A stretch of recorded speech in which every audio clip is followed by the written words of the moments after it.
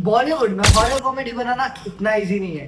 या तो कभी हॉरर ज्यादा डोमिनेटिंग हो जाता है या कभी कॉमेडी ज्यादा गूफी, जैसे सर्कस में हुई थी। पर एक एक प्रोडक्शन हाउस है जिन्होंने इस जॉनरा को मास्टर कर लिया है, और वो है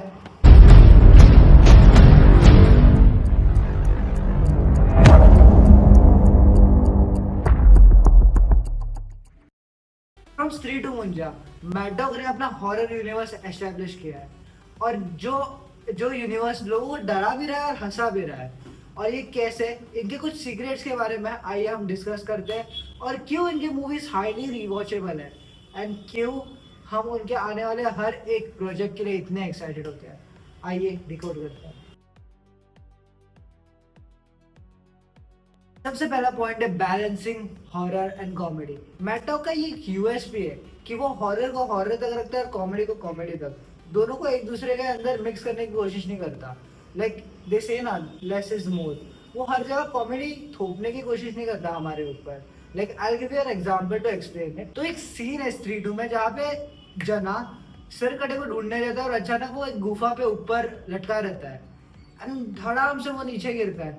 एंड देन विक्की, बिट्टू और रुद्र भैया अपने पंकज त्रिपाठी, ये तीनों मिलके जाते हैं उसको चेक करने। And then Pankaj Tripathi declares that जना is dead, he is no more.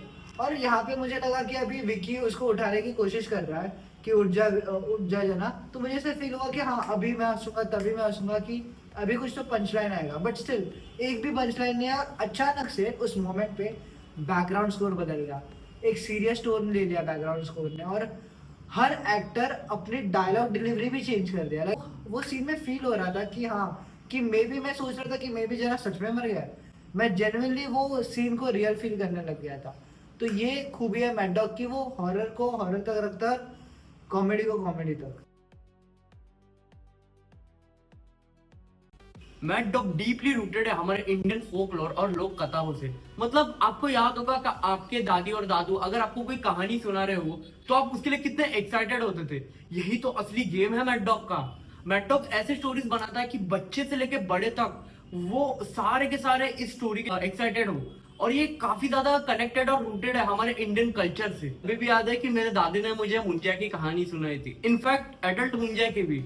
और यही सब रीजंस की वजह से मैं बहुत ज्यादा एक्साइटेड था और मैं फर्स्ट डे फर्स्ट शो गया था मुंजिया देखने। स्त्री है तो मध्य प्रदेश के छोटे शहरों की बहुत मोस्ट पॉपुलर कहानी है। और भेड़िया में तो उन्होंने अरुणाचल प्रदेश पूरा एक्सप्लोर कर लिया। लाइक अरुणाचल प्रदेश के फोकलोर, उनका कल्चर और माइथोलॉजिकल हिस्ट्री को सामने ला दिया। और मुंजिया में तो महाराष्ट्रन फोकलोर बता दिया, जिससे मैं कितना कनेक्टेड हुई है जस्ट आपको मैंने बताया।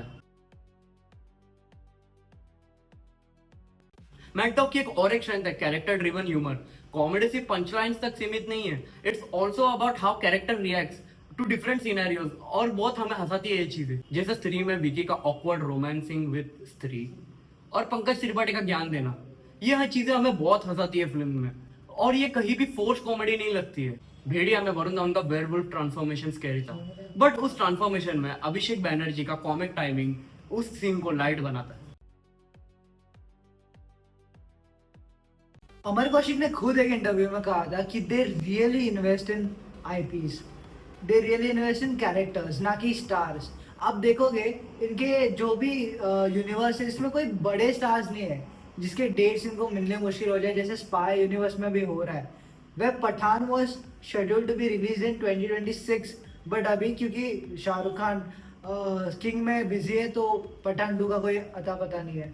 वैसे ही they did not wanted to face this problem, इसलिए उन लोगों ने मुंजा बनाया जो वीएफएक्स से कभी भी आ सकता है, उसके कोई डेट्स नहीं लगेंगे। स्त्री बनाई, एंड देन सरकटा। ये सारे आईपीज ऐसे हैं कि इनके पैसे कुछ लगेंगे नहीं, कोई एक्टर्स को नहीं देना पड़ेगा। So they heavily trust on these IPs. अभी सबसे इंपॉर्टेंट पॉइंट आता है why these movies are highly rewatchable. Like मैं क्यों हर बार ये मूवीज को बार बार देखता हूँ और क्यों इतना हुक्ड रहता हूँ हर बार इन मूवीज के लिए। तो जब आप फर्स्ट बार ये मूवी देखते हो तो आप इस मूवी को बहुत ही सरफेस लेवल पे देखते हो। लाइक आप जंप स्केयर्स नोटिस करते हो, आप कॉमेडी को भी एक सरफेस लेवल पे ऑब्जर्व करते हो। बट आप जब इस मूवी को सेकंड बार देखते हो तो आपको हर एक चीज दिखती है कि हाँ, ये वर्ड इसलिए बोला था जो आगे जाके यूज होगा।